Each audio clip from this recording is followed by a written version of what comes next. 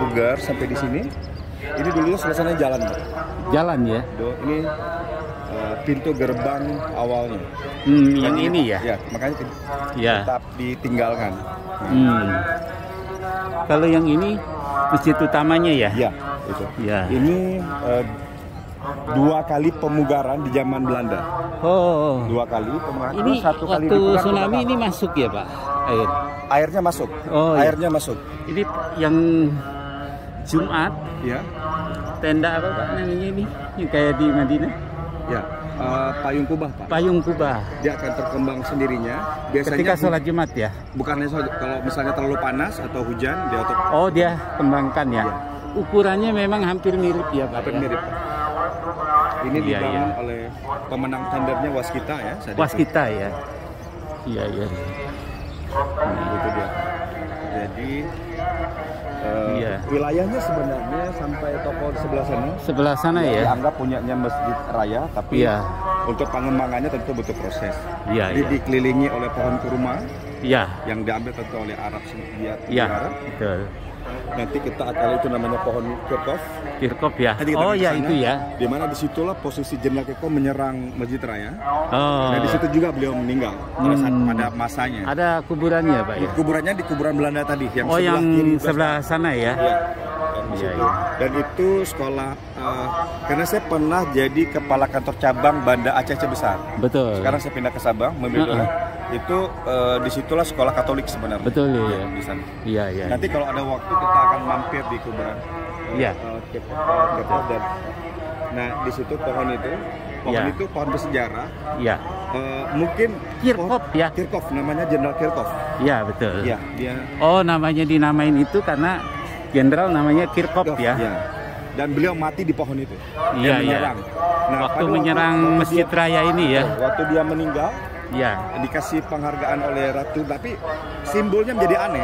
Ular mematok ekornya sendiri. Iya Ada yang beberapa sejarawan mengatakan bahwa Ratu Belanda ya. menganggap bahwa strateginya salah. Kenapa dia harus menyerang masjid? Ya di mana orang tahu bahwa orang Aceh sangat religius ya. Betul. Dianggap strateginya kurang tepat. Iya iya iya. Itu sejarah semua itu. Ya kira-kira seperti itu. Iya iya iya. Ini memang khas kayak Banten ya Pak ya? Ya.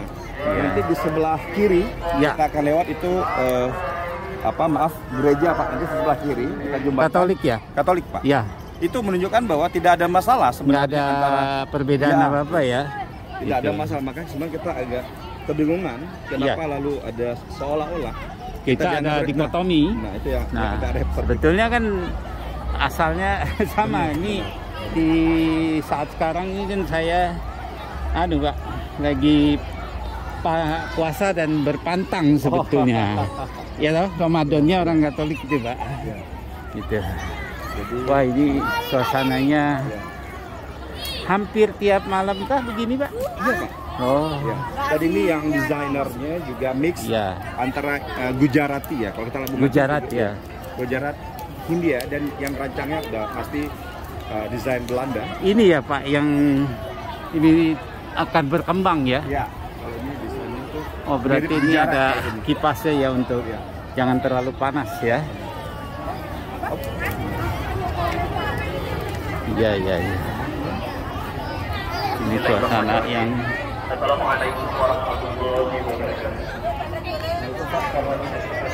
Oh, ini ya punya Pak ya. Ini ya, Saya mohon maaf Pak, kayaknya kita harus keliling dari sana. harus Bapak. dari sana ya. Oke. Mohon maaf. Ya, nggak apa-apa, nggak apa-apa.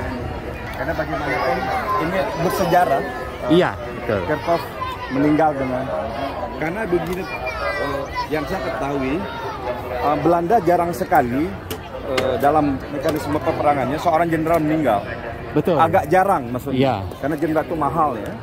Ya, pasti dijaga Ya, benar ya Pak ya. Pada saat itu waktu meninggalnya Tapi beliau Kirkov, meninggal di sini, di posisinya. sini Ya. akibat memimpin penyerangan masjid. Nah, Padahal begitu. masjid ini juga dibangun zaman Dibangun Belanda. Belanda sendiri. Lah Makanya iya. sebenarnya pada saat itu Untuk Ratu mematikan Belanda, kali Pak ya. jadi sebenarnya Iya, Ratu iya. Belanda menganggap strategi Kirkov kelihatannya kurang tepat. Iya. Nah itu yang sebenarnya menjadi dinamika gitu. Kenapa Iya. masjid harus diserang? Karena semua orang juga tahu bahwa masjid itu simbol daripada Iya. sisi keagamaan. Iya. Padahal zaman Belanda pun orang udah pada tahu semua ya Pak ya. Benar. Wah, ini Dan sih. bukan rahasia lagi kalau Belanda itu kan ahli sejarah dan ahli prasejarah. Betul, betul Pak. Ini Pak semua pohon kurma yang Iya. Ini iya. maka disebut dengan Kirchhoff tree. Kirchhoff tree ya.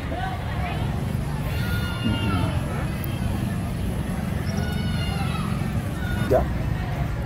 Di tempat Oh, ini iya, Mayor iya. Jenderal J.H.R. Kohler, Kohler bukan Kirchhoff. Kohler ya. Ya, Joel Kirchhoff ya. Tewas Dalam memimpin penyerangan terhadap Masjid Raya Baitur pas di sini. Rahman. Iya.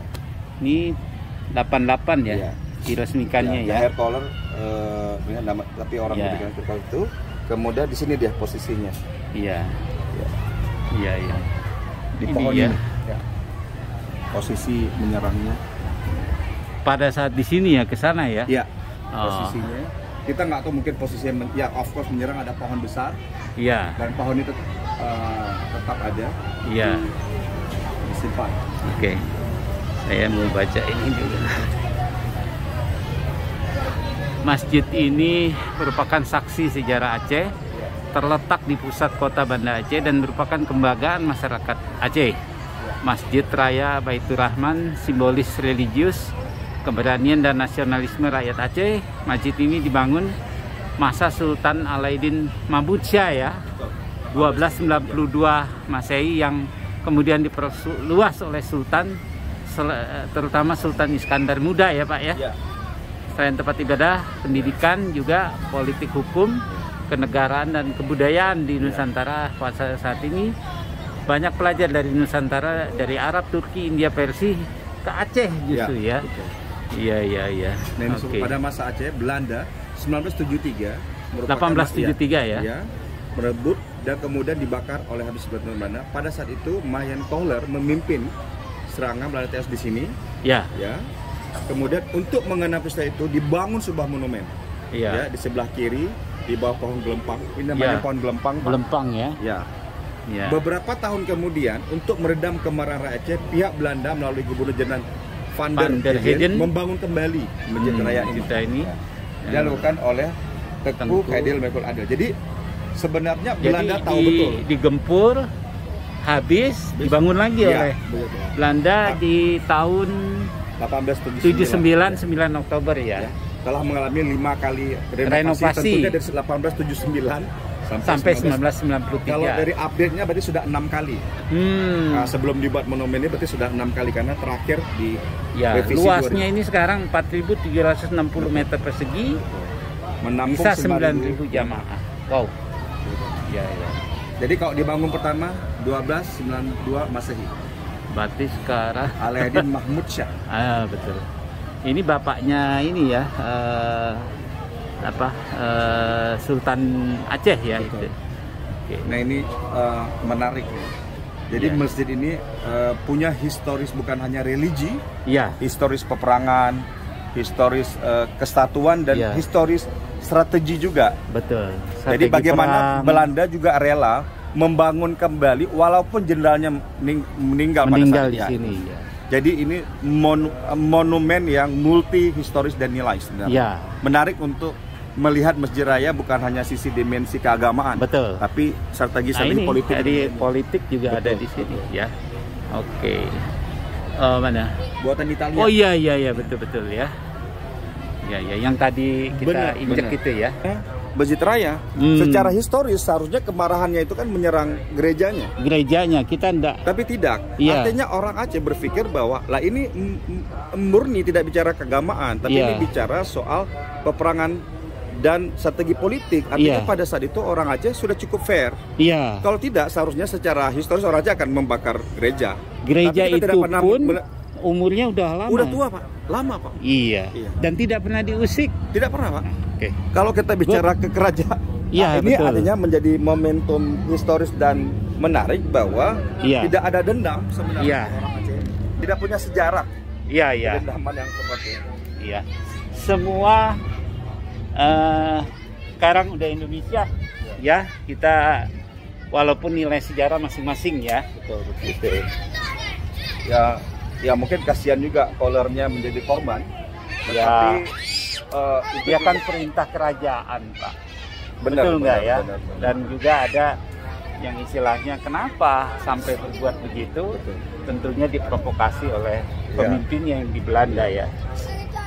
Padahal sejarahnya panjang sekali kan?